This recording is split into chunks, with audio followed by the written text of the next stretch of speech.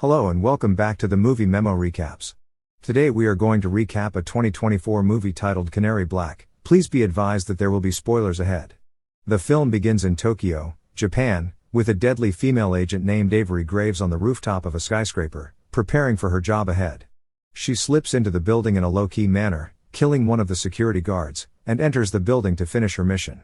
She came into contact with her target and asked him to unlock his safe, which he did. Just then, several guards entered, and a serious brawl ensued. She quickly defeated the guards and promptly pursued her target, following his blood trace. More bodyguards approached her, but she effortlessly dealt with them and resumed her quest for her target, who she eventually discovered. They had a brief fight, which ended when she drowned him to death. After the mission's completion, she quickly exited the building. The scene switched to Zagreb, Croatia, where Avery Graves arrived at home to meet her husband, David. They embrace each other, and she gives her husband a gift for their anniversary, and so does her husband. They had a great wine together before going for a walk along the street. The next day, Avery walked into her office and was contacted by her supervisor, Headland, who required details concerning her trip to Tokyo. As soon as they finished their conversation, they both went down to their secret basement. Avery is notified about recent high-profile assassinations, and strangely, her group appears to have no idea who is responsible. After finishing with her superior, Avery decided to go back home, and she went straight to her spouse to spend some time together. She returned home to find it in disarray and dismay. She estimated that her husband had been kidnapped, but by whom? She immediately received a phone call from the kidnapper. Avery Graves is told that in order to save her husband, she must steal some confidential documents from her CIA agency, which hold critical information about them, in exchange for her spouse. She has 9 hours to get the file, or David will die. Avery instantly called a longtime friend named Sarina, who is a hacker. Avery needs her assistance because she wants this mission off the books. She instructed Sarina to ping the location of her previous incoming call. Sarina began working immediately, but it would take some time to determine the exact spot. Avery returned to the headquarters to take the information on Canary Black, but only a few agents had access to such files. She did some hacking and found some information that would aid her out, and Sarina also supplied her the location she requested. Avery went to the site but found nothing but the phone and a ring. She received a phone call notifying her that they knew about her dirty game, which had led her straight into a trap. Agent Avery Graves began looking for a way to disarm the explosive, which she successfully achieved. The scene switched to the CIA Black site, where Avery went to see another old friend, Maxfield. Her visit was to gather precise information about an assassin named Kali. Obviously, it is simply a mechanism for Avery to gain access to their database. She grilled the captive about the Canary Black, but he refused to speak. She began manhandling him by removing one of his teeth, expecting the needed information there, but it was empty. In the middle of the interrogation, Maxfield instantly entered, but he was also beaten severely. Avery Graves dashed out of the premises, and Maxfield found the tooth and discovered it was empty, believing Avery had stolen the needed information from it. She was fortunate to escape, but only after the CIA labeled her a threat to national security. Headland, Avery's employer, received instructions to kill Agent Avery and notified him of Canary Black. Canary Black is a highly secret master list containing blackmail material for all government officials, since it was primarily designed to keep track of pressure points that foreign governments could use to turn their citizens into spies.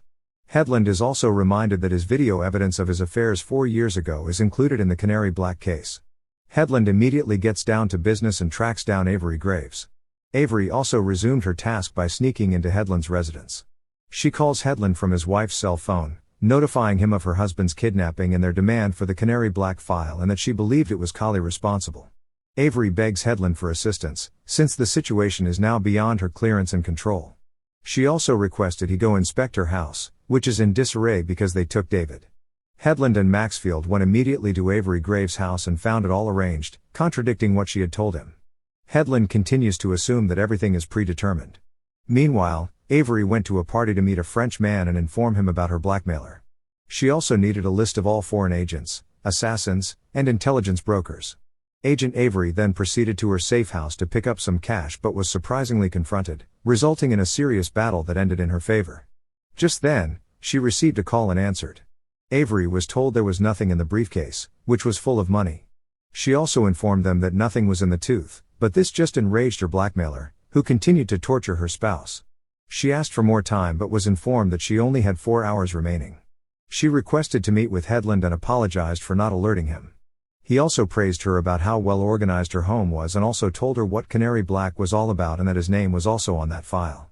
Just then, the CIA arrived and arrested Avery. On their way, they questioned Avery about the files, but in a plot twist, they attracted some company, sparking a chase. They put bombs on each side of the car, resulting in a major gun war. Agent Avery fought some of the guys who caused the crash and then fled. Heard meets Avery's blackmailer at the National Security Service and pledges to track him down. Returning to Avery, she booked a hotel under the name Olivia Oxley. She then sneaked out of the room and went to a nearby room. Heard immediately entered his hotel room and was apprehended by Avery. She put him in a silent mask so his bodyguard wouldn't hear him scream and began probing him about the password. He was not responding well, so she started torturing him. He eventually provided her the wrong password, which caused the site to be frozen. She violently knocked him out. Avery then called Serena to ask her for help hacking his laptop. She also asked Hedlund for help, and he agreed to help her. Avery then joined Serena for some information gathering, utilizing a very large drone to get to the CIA headquarters. Meanwhile, her prisoner is conscious. Avery Graves attempted to access the file linked to the Canary Black. She received it and quickly began to copy everything. Meanwhile, his bodyguards and secretary saw Hurt lying helplessly on the floor of his room. So he told them about Avery Graves' plans to steal important information. However, Avery Graves successfully copied it, and now the entire security team is aware of her whereabouts. Serena piloted her drone from the rooftop to assist Avery Graves, but she made a bumpy landing.